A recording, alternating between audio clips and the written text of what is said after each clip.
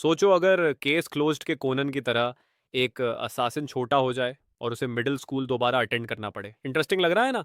बस वही एनर्जी लेकर आता है किल ब्लू।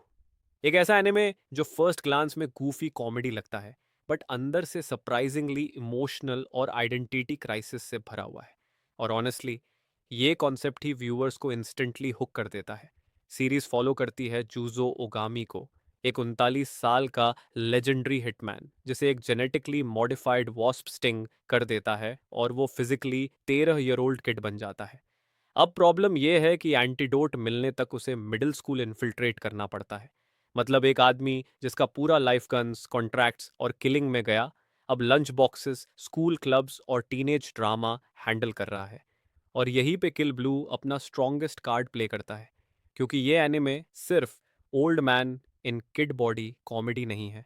इसके अंदर एक कांस्टेंट सैडनेस छुपी हुई है।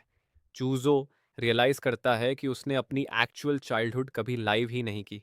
उसके पास एजुकेशन नहीं, नॉर्मल फ्रेंडशिप्स नहीं, और इवन फैमिली के साथ जेन्युइन कनेक्शन भी ऑलमोस्ट डेड है।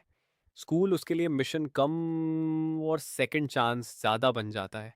स्टोरी लाइन का बिगेस्ट स्ट्रेंथ तो ऑनेस्टली इसका टोन बैलेंस है। एक सेकंड पे एनीमे एब्सर्ड कॉमेडी कर रहा होता है, जैसे जूजो का old man mindset modern kids के साथ क्लैश करना, और नेक्स्ट सेकंड सडनली इमोशनल हो जाता है जब वो अपनी डॉटर या वेस्टेड लाइफ के बारे में सोचता है। ये ट्रांजिशन सरप्राइजिंगली स्मूथ फील होते हैं, कभी फोर्स्ड नहीं लगते। लेकिन इशू तब स्टार्ट होता है जब सीरीज अपनी ओन आइडेंटिटी को ओवर कॉम्प्लिकेट करने लगती है। इनिशियली एनिमे एक grounded assassin school life hybrid लगता है, सिंपल बट फ्रेश। बट जैसे जैसे प्लॉट आगे बढ़ता है, अननेसेसरी ऑर्गेनाइजेशंस, कॉन्स्पिरसीज और वियर्ड सब प्लॉट्स ऐड होने लगते हैं। कभी कभी जेन्युइनली लगता है ऑथर डिसाइड ही नहीं कर पा रहा कि ये स्लाइस ऑफ लाइफ कॉमेडी है, एक्शन थ्रिलर है, या इमोशनल रिडेम्पशन स्टोरी।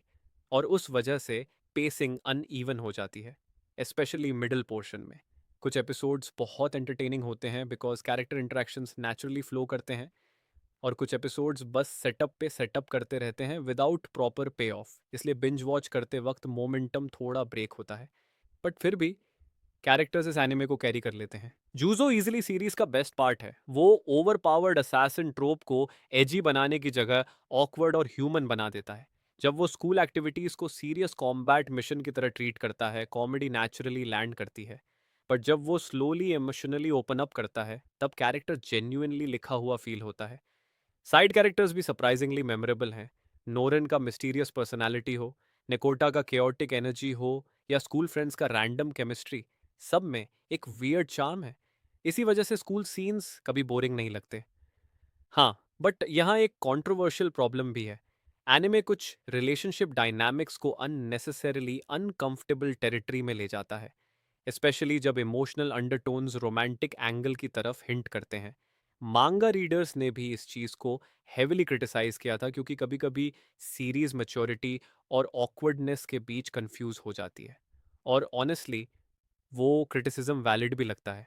एनिमेशन की बात करें तो ये एनिमे विजुअली फ्लैशी नहीं है। अगर आप सकामोटो डेज लेवल सकूगा एक्सपेक्ट कर रहे हो तो डिसअपॉइंटमेंट मिल सकता है। एक्शन सीन्स फंक्शनल हैं, बट सिनेमैटिक नहीं। स्टूडियो ज़्यादा फोकस एक्सप्रेशंस और कॉमेडी टाइमिंग पे करता है instead of high and choreography. लेकिन गुड थिंग ये है कि आर्ट स्टाइल सीरीज के कूफी येट सीरियस टोन को सूट करता है। कैरेक्टर एक्सप्रेशंस काफ़ी एक्सप्रेसिव हैं, और कॉमेडिक पॉजेस काफ़ी इफेक्टिवली लैंड करते हैं।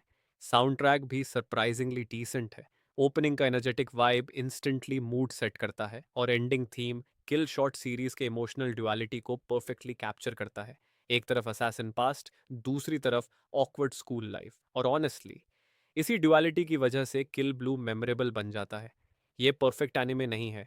कभी पेसिंग टूट जाती है, कभी प्लॉट डायरेक्शन मेसी हो जाता है, कभी इमोशनल थीम्स ऑकवर्ड राइटिंग के नीचे दब जाते हैं।